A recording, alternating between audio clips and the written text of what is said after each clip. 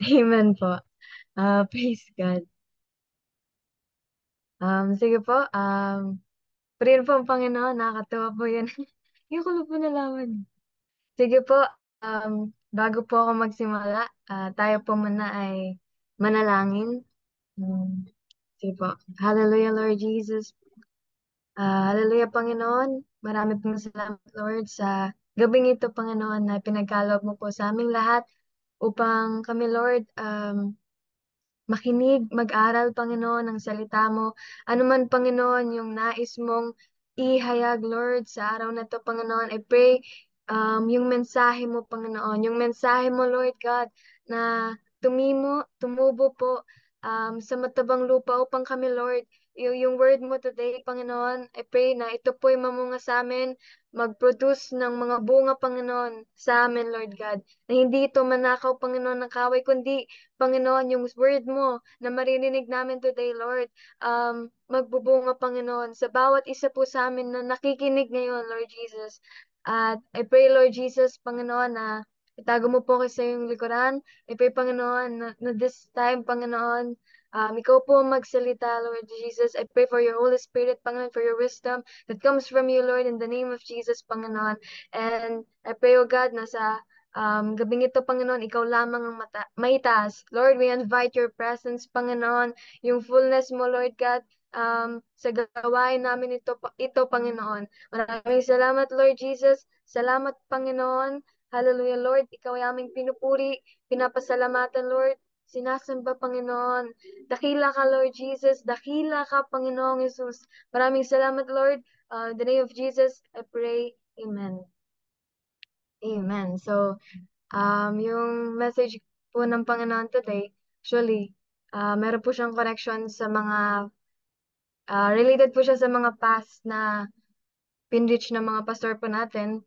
Kung nababalikan niyo po or naalala niyo, yung last week po ata yun, about sa Iglesia ni Cristo. Ito po tayo sa Romans 12, verse 4 po.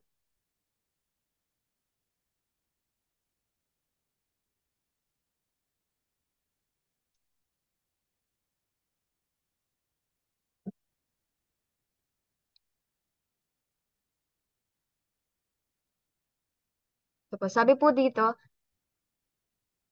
kung paanong ang katawan ay binubuo ng maraming bahagi at magkakaiba ng gawain ang bawat isa, gayon din naman, kahit na tayo'y marami, nabubuo tayo sa iisang katawan ni Kristo at tayong lahat ay bahagi ng isa't isa. Tumanggap tayo, sige, dyan lang po. Hanggang 5 lang po. Yan. So, sabi po dito sa 4, no, kung paano ang katawan ay binubuo ng maraming bahagi, no, at magkakaiba ng gawain ng bawat isa, gayon din naman, kahit na tayo marami, nabubuo tayo sa isang katawan ni Kristo. So, nabubuo po tayo, no, sa iisang katawan. Iisang katawan lang po. One body in Christ. Pero doon po sa one body in Christ, binubuo po siya ng maraming bahagi. At yung mga bahagi na po yun na tinutukoy dito sa Bible, tayo po yun. Tayo po na mga tinawag ng Panginoon, tayo po na mga lingkod ng Panginoon. Ang sabi po dyan, yung mga maraming bahagi na po yun, which is tayo, no? Sabi po doon, magkakaiba tayo ng gawain. Magkakaiba ng gawain ng bawat isa. Dito po makikita nyo, imagine po yung katawan nyo, di ba? Makikita nyo po yung wisdom ng Panginoon, kung paano niya po tayo kinreate. Ngayon po, di ba? Meron po, iba't iba yung bahagi ng katawan natin eh. May mata, may may kamay, may paa, di ba po? Kung paano create ng Lord na hindi mata lang. Kung paano po tayo create ng Panginoon na hindi lang puro kamay, di ba po? And pinakamahalaga yung inward, yung sa loob po natin, di ba? Kung paano po nagpa-function yan, yung system yan, iba-iba. And doon po natin makikita and malalaman, ma-understand kung gaano po nakakamangha ang Diyos. Kung gaano po yung wisdom ng Panginoon, paano po niya tayo nilikha. Ganun nga po, sabi po dito, marami po yung bahagi. Di ba po? Marami po tayong mga bahagi. Magkakaiba po tayo ng gawain. Hindi po tayo pare-pareho. Kasi imagine nyo po yung isang church na puro ito lang yung ginagawa. Lahat sila, ito yung ginagawa. Sino po yung gagawa ng specific na gawain ito? Tama po. At kung lahat po tayo, itong specific lang po na ito yung ginagawa, ito yung particular na gawain lang yung ginagawa natin, magkakagulo po, di ba? Magkakanda, labo-labo po yung gawain natin. Tama po. Kaya po ito, sinabi ng Panginoon na marami po yung bahagi. Tama po, magkakaiba po yung gawain ng bawat bahagi, pero parte lamang po tayo ng iisang katawan. Amen? Which is, di ba po? Kaya po sabi dito sa English, one body in Christ. Kaya po sige po, punta po tayo sa Ephesians 4:16.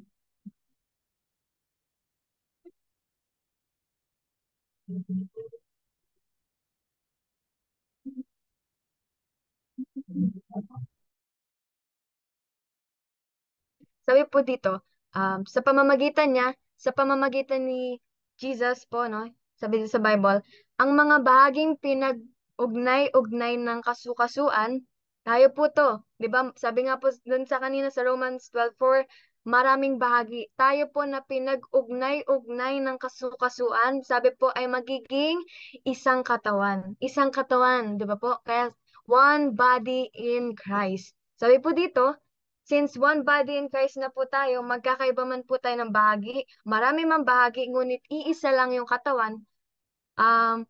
Yun nga po, isa yung katawan. Sabi dito, kung maayos na gumaganap ng tungkulin, no?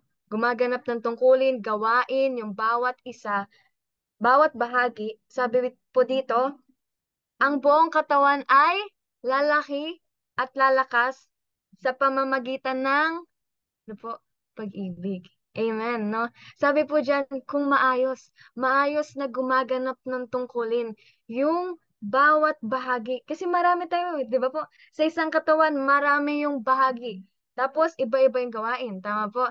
Then, sabi po dito, kung tayo po, yung bawat bahagi na yon ng katawan, maayos. Nagagampanan niya yung pinapagawa sa kanya ng Panginoon. Tama po? Yung tungkulin na ibinigay sa kanya ng Panginoon. Ano pong sabi? Yung buong katawan, lalaki at lalakas sa pamamagitan ng pag-ibig. Amen po. Di ba po, ang team natin ngayong taon na ito is advancement of the kingdom of God. Di ba po? Ano po ibig sabihin nun? Di ba? Di ba? Dumami po tayo, mag-multiply po tayo, mag-increase po tayo sa faith natin sa Panginoon, and mag-multiply po tayo na naglilingkod, sumasampalataya sa Panginoon. Tama po? Kaya po sabi dito, paano po tayo lalaki? Paano po tayo lalakas? Yung isang katawan, yung isang church, yung isang iglesia. Ano po? Sabi dito, kailangan po nung bawat bahagi. Kailangan ka po, di ba? Kailangan po nung bawat bahagi. Hindi lang po yung isang bahagi na to. Hindi lang dapat puro siya. Di ba po? Hindi lang dapat siya. Kasi kung ginagawa niya to, kailangan din po yung part mo. Di ba po? Kaya sabi no, di ba po sabi sa word na kung sino pa nga yung mahihina, di ba? Sino pa yung hindi ganong pinapahalagan, yun, yung mas binibigyang pansin, binibigyang kahalagahan. Amen po, kaya bawat bahagi po sa atin, bawat bahagi ng katawan, mahalaga po sa Panginoon. Amen. Ano man po yung gawain, saan man po tayong ministry nakalagay, amen po, mahalaga po tayo sa Panginoon at mahalaga po yung tungkulin na gagawin natin. Amen. Imagine, yung tungkulin na ginagawa po natin, kung nagagampanan po natin na maayos, sabi dito yung buong katawan, yung buong body, di ba? Sabi po dito, lalakas, ay lalaki at lalakas sa pamamagitan ng pag-ibig. Ibig sabihin, may strengthen. Yung church, may strengthen, may edify yung bawat isa. Tama po. Git sa lahat, magmumultiply po. Amen. Ito po yung nais ng Panginoon sa bawat isa sa atin. Di ba po, mag-multiply po tayo. Mag-increase po tayo sa faith natin sa Lord, sa relationship natin sa Panginoon. Git sa lahat po, mag-increase po tayo, dumami tayo, mag-multiply greatly yung mga taong naniniwala, sumasampalataya sa Panginoon. Amen po, di ba? Gusto po ng Panginoon, yan tayo po, dapat po na hindi yung tayo-tayo lang next year, tayo-tayo lang uli. Next year, tayo-tayo lang uli. Hindi po, 'di ba? Na dapat nandun po yung desire sa heart natin na nagmumultiply po greatly yung mga sumasampalataya sa Panginoon. Na yung isang katawan po lumalaki, lumalakas. Amen po, hindi siya, yun lang, stagnant lang, di ba? Yun pa rin, kung ano siya nung last year, ganun pa rin siya. Hindi po, di ba? Kaya nga po, sabi, di ba, advancement of the kingdom of God. Amen? Mag-multiply po tayo, mag-increase po tayo sa Panginoon. Alam mo po, um, sa Acts po, makikita natin, sige po, punta tayo sa Acts 6 po, verse 1. Dito po makikita natin kung paano nag-multiply greatly yung mga disciples ng Panginoon dun sa church na yun, nung mga apostle. And ito po nakaka-bless, nakaka-inspire po yung story na to eh. Sabi po dito, patuloy ang pagdami ng mga mananampalataya. Kaya po dito, before yung verse na to po, talagang yung bawat apostol, mga disipulo ng Panginoon, um, talagang house to house po. Nagpipreach sila that Jesus is Christ. Binabahagi po nila yung salita ng Panginoon sa bawat tao, sa lahat po ng pagkakataon. Sa lahat ng panahon, binabahagi po nila yung word ng Panginoon, yung message ng Panginoon. House to house po yun sa bawat lugar. Kaya po, ang nangyari dito sa Acts 6 verse 1, patuloy ang pagdami ng mga mananampalataya. Amen. No? At dumating ang panahong nagreklamo ang mga Helenista laban sa mga Hebreo. Dito po, nag-occur nangyari po yung isang sitwasyon na to, 'di ba? Kasi patuloy silang dumadami. Greatly, nagmo-multiply sila, yung church nila, yung mga tao doon, hindi lang doon, kundi marami talaga yung sumasampalataya sa Panginoon. Dahil sa patuloy nilang pagdami, si Satanas po, 'di ba? Ayaw niya na dumami yung mga tao na nananampalataya sa Panginoon. Ano po yung sabi, yung purpose ni Satanas? Huwag na po natin puntahan sa John 10:10. Sabi po din, tatlong yun, di ba? Steal, kill, and destroy. Tama po, di ba? Steal, kill, destroy. Ang gagawin niya, guguluhin niya yung isang church kasi ayaw niya mag-multiply. Ayaw niya na maraming mga tao ang maligtas. Tama po? Yung maka-receive nung eternal life, maka-receive nung salvation. Ayaw ni Satanas, di ba po? Ayaw niya na nag-increase tayo sa faith natin sa Panginoon. Ayaw niya na we greatly multiply. Tama po? Kaya ano pong gagawin niya? Ito po, katulad ng nangyari to, na may nag-occur na isang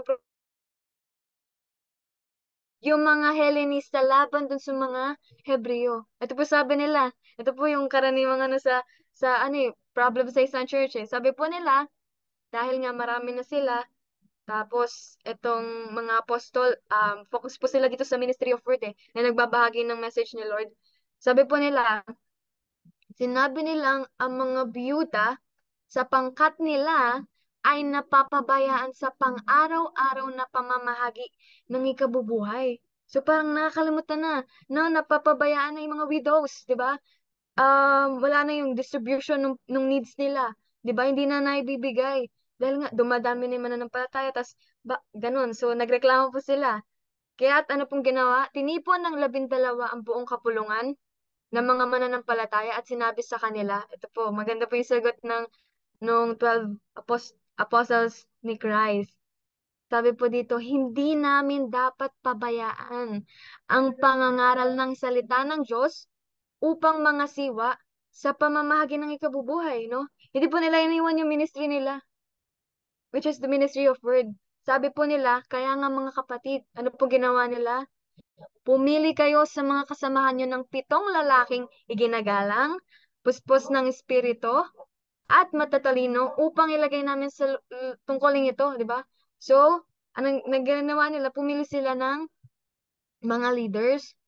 Dito po kasi deacons po yung tawag, na magsiserve, di ba po? Na makakasama nila, makakatulong nila doon sa gawain na yun, di ba? So, ibig sabihin, hindi nahati yung time nila ng 12 apostles na habang nandun sila sa ministry of word, dun sa prayer, hindi nahati yung time nila dito para sa mga widows, kundi grabe na yung wisdom ng Lord na binibigay niya po sa mga lingkod niya. Ito po ang nangyari, pumili sila, no, nag-point sila ng mga leaders, ng mga deacons na makakatulong nila sa gawain na yun.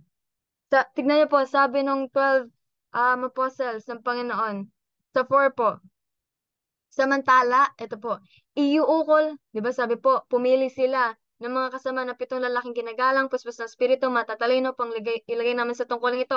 Then sabi nila, samantala, iuukol naman namin, sabi po nila, iuukol naman namin ang aming panahon sa pananalangin at sa pangangaral ng salita. Amen. Pwede po pa New King James?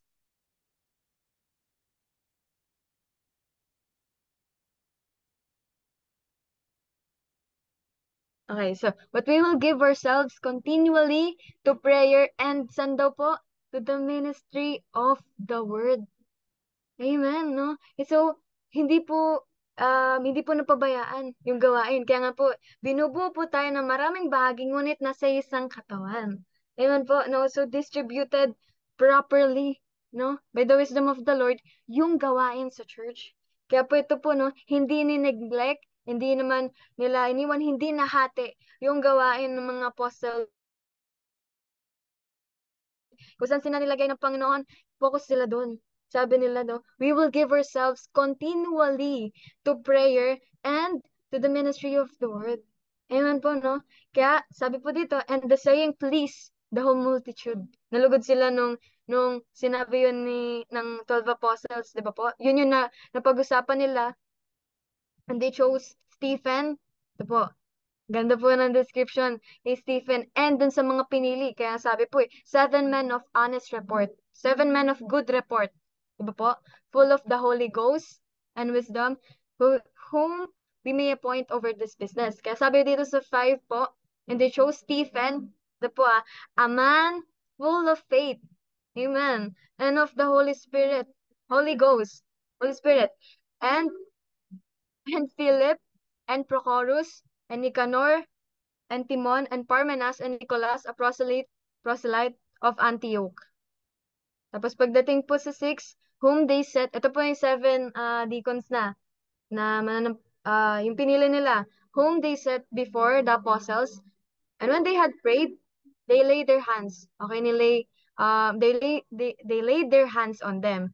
Ito po yung result nung ginawa nila na nagkaroon po ng division ng gawain. Diba po? Ito po nangyari. The word of God increased. Amen. At dahil yung mga taong to, ano po napansin nyo? Ano po napansin nyo dun sa verse 5 at dun sa verse 4 na hinihingi require na kailangan mga leaders. Yung kailangan ng isang leader. So, kaya po nag-increase yung word at kaya dumami, sabi dito, and the number of the disciples, mga mananampalataya, mga sumusunod sa Panginoon, the disciples multiplied in Jerusalem greatly, meaning dumami talaga sila, and the great company of the priests were obedient to the faith. Alam niyo po bakit nangyari to? Di ba? Kasi nga, ang bawat isa gumaganap ng tungkulin. Amen? Ang bawat isa po maayos, na gumaganap, na fulfill nila yung tungkulin nila, yung inatas sa kanila ng Panginoon. At tignan niyo po sa 5, ano pong sabi niyan? Si Stephen, a man full of faith and the Holy Ghost, the Holy Spirit. Amen po, na hindi, yes, nandun po tayo na naggagampanan natin yung bawat gawain natin, works natin sa Panginoon. Pero ito rin po yung kailangan ng bawat bahagi. Ito po yung kailangan natin, no? Full of faith. Di ba po? Full of faith and the Holy Ghost. Amen po. Kasi si Holy Spirit po, yung Holy Spirit yung magpapaalala sa atin magko-convict sa atin. Tama po. With the Holy Spirit, we can know yung sinasabi ng Panginoon, yung kalooban ng Panginoon. Amen? And if we are full of faith, we can please the Lord. Di ba? Sabi po sa word ni Lord, it is impossible to please God kung wala tayong faith. Amen po, no? Kaya sabi dito ito po yung the word of God increased and the number of the disciples multiplied in Jerusalem greatly and a great company of the priests were obedient to the faith. Amen po, di ba? So lumakas yung church, yung iglesia, di ba po? So, punta po tayo sa Acts 9:31.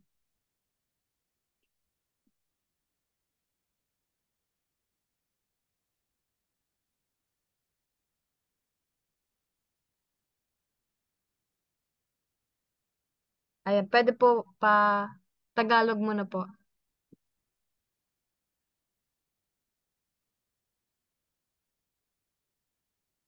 Or TPV. Ayan, sabi po dyan, itong time na po to, kanina po, 12 apostles yun, yung sa Acts 6. Pagdating po dito sa Acts 9, ito na po, nag-start na si Saul. Si Paul. Kaya sabi po dito, kaya't ang iglesia sa buong Judea,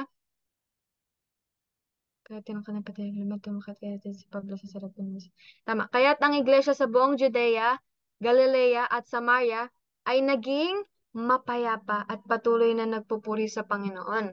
Sa tulong at sa pakikisama ng Espiritu Santo, kaya po mahalaga na ang bawat lingkod ng Panginoon, full of faith and full of the Holy Spirit. Ito po, sa tulong at sa pakikisama ng Espiritu Santo, ano daw po nangyari?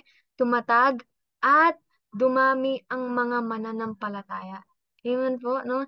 Ito po yung gusto ng Lord. Amen. Tumatag po, ma-edify yung church. Amen po. At dumami po tayo. We increase. Di ba po? We multiply greatly. Amen po. Ito po yung nais ng Lord. Di ba po? Kaya po tayo, bilang isang bahagi ng katawan ng Panginoon, deserve po natin to. Di ba po? At ganapin po natin, gawin po natin yung tungkulin natin bilang isang mga, bilang bahagi ng katawan. Amen po. Kaya po, sige po, balik po tayo sa um, Romans. Kaya po ito yung sinasabi ng Panginoon na kung tayo po, no, ginagawa po natin kung ano yung kalooban ng Panginoon. Wait lang po, malalampat na ako.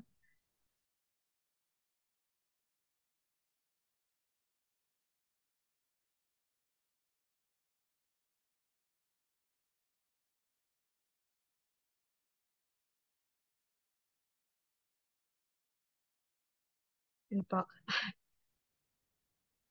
Sige po, Romans 12:4. Yun po. Tapos, di ba po sabi, kahit na tayo marami, nabubuo tayo, kung paano ang katawan ay binubuo ng maraming bahagi at magkakaiba ng gawain ng bawat isa, gayon din naman kahit na tayo marami, at tayong lahat, tingnan po yung dulo, tayong lahat ay bahagi ng isa't isa.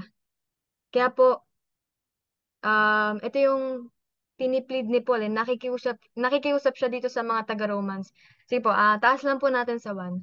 Na tayo po, no, bilang part ng or bahagi ng katawan ng Panginoon, we are one body in Christ. Ito po yung dapat na ginagawa natin, pinapresent natin sa Panginoon. Ito po yung nais ng Lord. Di ba po? Kaya nga mga kapatid, alang-alang, alang-alang sa masaganang habag ng Diyos sa atin, ako yung nakikiusap. Ito po si Paul.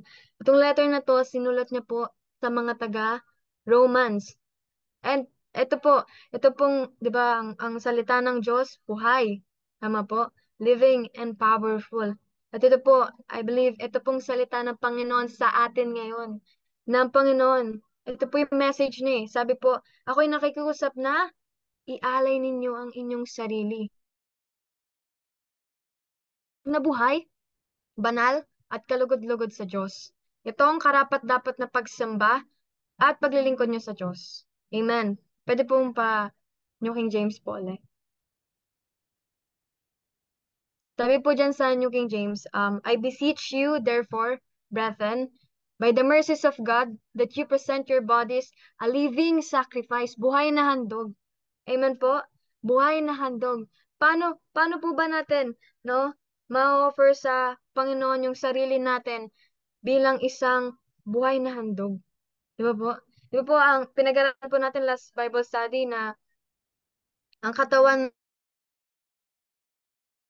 present your bodies. Yung katawan po natin, this is the temple of God. Tama po? Temple ng Panginoon na dapat pinapahalagan natin. Amen po. We treat our body with care. Bakit po? Kasi dito, sabi nga po, temple of God. Dito po nananahan yung Holy Spirit. Tama po. Kung ngayon, pinapabayaan natin to. Di ba po, sabi doon, magkakasala tayo. Tama po. or paparusahan tayo, di ba po? Kaya paano natin mahandog yung sarili natin na sa living sacrifice? Gawin po natin, di ba? Ay, itong katawan po natin, gamitin natin para sa ikalulugod ng Panginoon. We use our body para po mag-glorify ang Panginoon. Gawin po natin kung ano yung kalooban ng Panginoon. Di ba po? Di ba, pinapipreach ka ni Lord, pinapupunta ka sa mga lugar na yun. Pero dahil mahina yung katawan mo, paano ka makapupunta doon, di ba? Kasi hindi mo pinapahalagan eh. Hindi mo inalagaan yung katawan na ibinigay sa iyo ng Panginoon. Paano ka sa media, di ba? Paano ka makapag-operate ng maayos, 'di ba po? Kung puyat ka, 'di ba po? Wala kang tulog, 'di ba? E di mali-mali yung nagawa mo.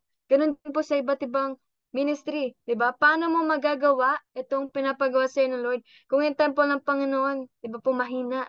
Kung yung temple na to ng Panginoon, 'di ba? Hindi mo pinapahalagahan. Amen po. Kaya po gamitin po natin tong katawan natin na sa living sacrifice. Gawin po natin yung mga bagay na pinapagawa ng Panginoon, yung mga bagay na nais ng Lord. Amen po. Dito sa katawang ito. Amen po. Lalo na po tayo mga tinawag sa iba't ibang ministry. Part ka ng ministry na to, part ka ng ministry na to. Amen. No? Gawin po natin, sabi nga po, maging masipag tayo sa paglilingkod. Amen. So, tatlo po to eh. That you present your body Nice. Then, pangalawa po, holy. Amen. Banal. Amen. Ito po yung gusto ng Lord. Sige, sabihin natin na, yes, nagsiserve ka sa ministry, nagsiserve ka sa Lord, di ba po? Pero, ito po yung pangalawa na sinasabi ng Panginoon, holy. Kailangan po sa Panginoon. Sabi niya, be holy for I am holy. We present our bodies, ano po, holy. Di ba po? So, paano po natin sasabing holy? Di ba? Syempre, dito po papasok yung mga sexual sins. Tama po? Sige nga po, punta po tayo sa 1 Corinthians 6 po, verse 15. Na gusto po ng Panginoon, inihahandog po natin yung ating katawan bilang isang handog na buhay, banal. Dito po sa pagiging banal, sinasabi po ng Panginoon, Tagalog na po.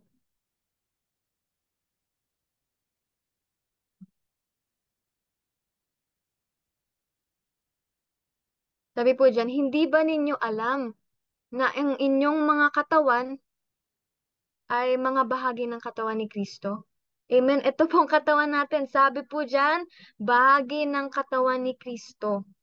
Amen. Sabi po dyan, kukunin ko ba ang bahagi ng katawan ni Kristo upang gawing bahagi ng katawan ng isang babaeng nagbebenta ng aliw? Hindi, hindi. Ito po pinag-uusapan dito sexual immorality. Amen. Sige po ano po ulit. Panyong James po ulit.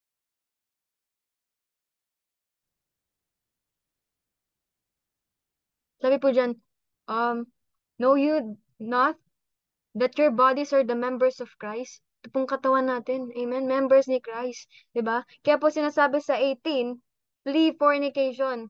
And sa New King James po, ano yan? Wait lang po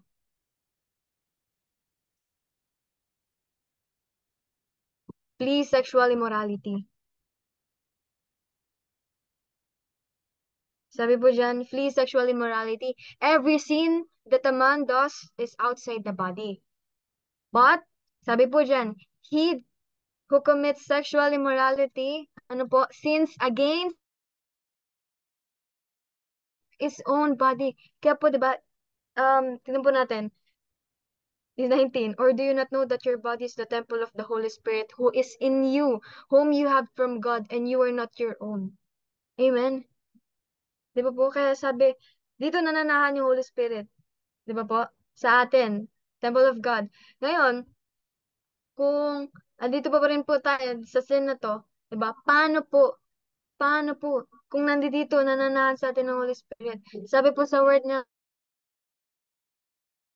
yung flesh, di ba po laman, lust against the spirit.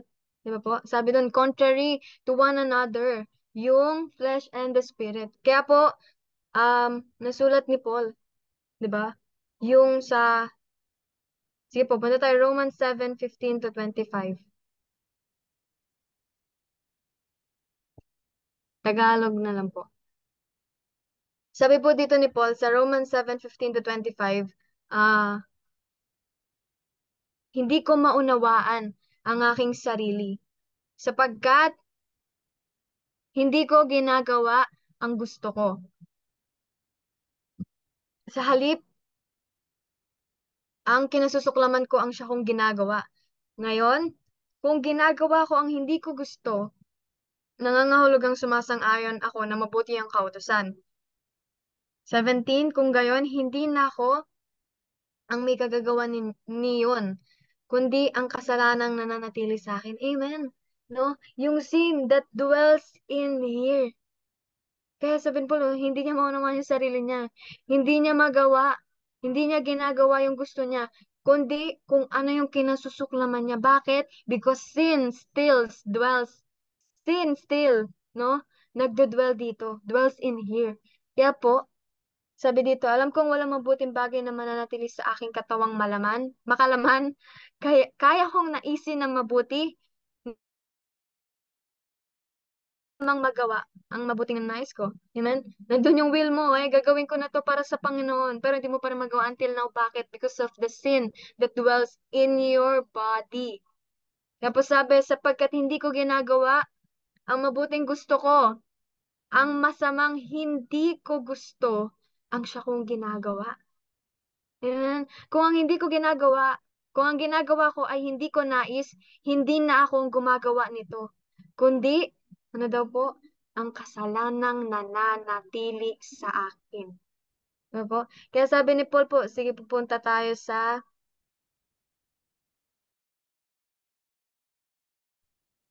24 po. Skip po tayo. Sabi po dito ni Paul, anong saklap ng aking kalagayan? Sino kaya ang magliligtas sa akin sa kalagayang ito na nagpapamak sa akin? No? Ano po sabi? Ano pong sagot? Wala nang iba pa, kundi ang Diyos sa pamamagitan ni Hesu Kristo na ating Panginoon. No? Salamat sa Kanya. Kaya ito po yung sinabi ni Paul eh. 'Di ba? Sino daw yung makapagliligtas sa kanya sa ganong kalagayan? Sino po? Sa pamamagitan ni Jesus Christ. Amen po. Gusto po ng Panginoon, we present our bodies as a living sacrifice. Pangalawa, holy. Amen. We flee po from any sexual sins o anumang bagay, no, na nakapagpapa-rumi sa atin. Amen. Imagine po imagine. Isipin niyo po na ito po, no, ito po ay templo ng Panginoon. Amen. No? Dito po, kailangan po natin maintindihan at lagi na po natin isipin sa isip na dito nananahan yung Holy Spirit. Amen. Kaya po pala, no, tao na hindi nila magawa yung gusto nilang gawin, kundi yung nasusuklaman nilang gawin, what they hate, no, mga bagay na hindi of God. Kaya yun yung nangyayari, yun yung nagagawa nila. Bakit? Dahil po sa kasalanan. Nananatili pa rin dito sa katawang ito. Amen? No? So, kailangan po, no, tayo po magpabanal. Suko po natin yung mga bagay na yun para sa Panginoon. Amen? No? And yung isang bagay pa po, no, na tinutukoy dito upang ating katawan babanal, yung dila po natin. Di ba po, part siya ng katawan natin. Amen po. Hindi lang po natin. Sige po, puntahan po natin James 3, 5:12.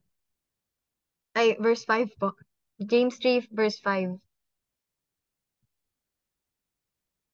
Kasi sabihin po natin, yes, nagagawa mo yung body mo, na-present mo siya sa living sacrifice, gumagawa ka sa ministry, sabihin natin, yes, nakikita sa'yo, no? Lagi, yung works mo, nandun. And, wala, sabi mo, hindi ko naman ginagawa itong mga bagay na to, hindi naman ako immoral, ganun, 'di ba? Hindi ako diyan part sa sexual immorality, pero naninira ka ng ibang tao, 'di ba? Pero yung dila mo hindi matigil sa paghabi ng kasamaan. It makes you unholy. It makes your body unholy kasi gaya ng dila ng tao, maliit na bahagi lamang ng katawan. Ibig sabihin po, part, ano po? No, ganyan din ang dila ng tao, maliit na bahagi lamang ng katawan. Ngunit, napakalaki ng nagagawang kayabangan. Isipan na lamang ninyo kung paano napapalagablab ng isang maliit na apoy ang isang malawak na kagubatan. Sabi po dito, ito po, ang tila ay parang apoy. Isang daigdig ng kasamaang, grabe no, nagpaparumi sa ating buong pagkatao. Imagine mo, napakaliit lang siya na bahagi ng katawan. Pero yung buong pagkatao mo, napaparumi na niya. Amen? No? Dahil sa pagsabi mo ng ganito, di ba? Paninira mo sa mga tao, grabe, napaparumi na yung buo mong pagkatao. Na kahit gumagawa ka pa sa ministry, di ba po? Kahit ginagawa mo tong bagay na to, 'di ba? Perfect. Attendance, lagi, 'di ba? Lagi kang in sa church, nakikita ka lagi. Pero kung hindi mo mapigilan yung dila mo sa paghahabi ng masasamang words, napaparumi nito yung buo mong pagkatao. Kaya sabi po, ang apoy nito ay mula sa impyerno at sinusunog ang lahat. Ito po, sinusunog ang lahat sa buhay ng tao. Lahat ng ibon at hayop na lumalakad, gumagapang o nakatira sa tubig ay kayang paamuhin at talagang napapaamo ng tao. Ngunit wala pang nakapagpaamo sa dila. Ito ay kasamaang hindi mapigil at puno ng kamandag na nakamamatay. Sabi po sa 9, ano po sabi?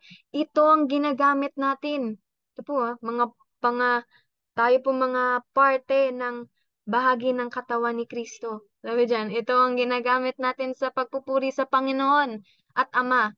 At ito rin ang ginagamit natin sa paglait sa taong nilalang na kalarawan ng Diyos. Yun po, no? So, yun pala, no? Hindi lang about sexual sins yung sa pagiging holy natin sa Panginoon. Even yung tongue natin. Yun po, yung dila natin. Yun po, no? Na kailangan, kung ito ay ginagamit natin, no? Sa pagpupuri sa Panginoon. Kung ang dila po natin to preach the word of the Lord, kailangan maingat din po tayo na hindi natin to ginagamit. San po? Sa mga bagay na hindi ka lugod-lugod sa Panginoon, sa kasalanan. Diba po yan, no? Paglait sa taong nilalang nakalarawan ng Diyos. Amen po, no? No? Kaya po, syempre, kung ano yung sinasabi ng dila mo, yun yung nasa puso mo. Tama po? Kaya sabi, from the abundance of the heart is where the mouth speaks. Kung ano yung bumubukal dyan sa puso mo, diba yun yung sinasabi ng dila mo. Kaya po, diba, ang puso po natin, part din ng katawan natin. Tama po? Diba? So, tingnan mo po yung puso mo. Baka hindi ka pa nagpapatawad. Diba po? Baka may galit ka pa rin until now. Kaya yan yung lumalabas sa'yo, di ba? Kaya yan yung mga words na lumalabas sa bibig mo. Baka meron pa ring envy dyan. Meron pa ring inggit dyan. Meron pa ring galit dyan sa heart mo na hindi mo pa naisusuko fully sa Panginoon. Amen po. Kaya, balik po tayo dun sa Romans 12. Dito na po ako magtatapos. Um, Sabi po sa Romans 12, English po, ay sige Tagalog. Sabi po dito, um,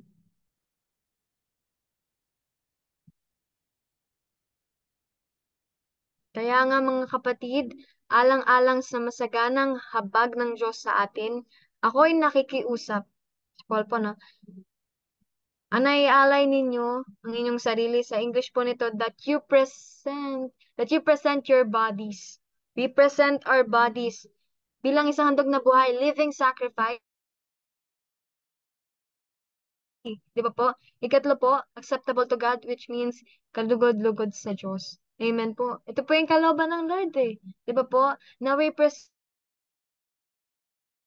part, no, ng bahagi ng katawan ni Kristo. Dapat po ang ating sarili, ang ating katawan, we present it to the Lord, 'di ba?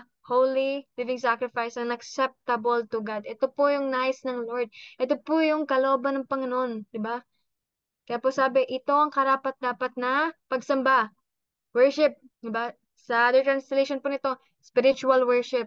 Ito po yung spiritual worship that we present our bodies as a living sacrifice, holy, acceptable to God. This is spiritual worship. Sabi po sa other translation. Amen? Sabi po sa word, um, we must worship the Lord in truth and in spirit. Amen po? Sabi po dito, ito ang karapat-dapat na pagsamba at service, 'di ba? Right service ninyo sa Diyos. Amen po, no? Kaya bilang pong isang bahagi, no, ng katawan ni Kristo, 'di ba? One body in Christ. Amen. Ito pong katawan natin. Ihandog po natin sa Panginoon. Amen. Na ito pong katawan natin, banal, na banal po, no? Kadugod-dugod sa Panginoon yung mga ginagawa natin. Amen. Paano po ba natin na magagampanan yung tungkulin na binigay sa atin ng Panginoon? Nandito po sa Romans 12 na sinasabi ng Panginoon, yung dapat natin gawin. Amen po, 'di ba? Upang yung isang church, yung isang iglesia ng Panginoon, yung isang katawan na po mag-multiply, lumakas. Amen po, no? Ito po yung nice ng Lord. Amen, no? And I believe po, no, ng bawat isa na lingkod ng Panginoon, ito rin po yung ninanais natin na tayo po ay lumago. Amen? Mag-increase sa Lord. Um, Sige po.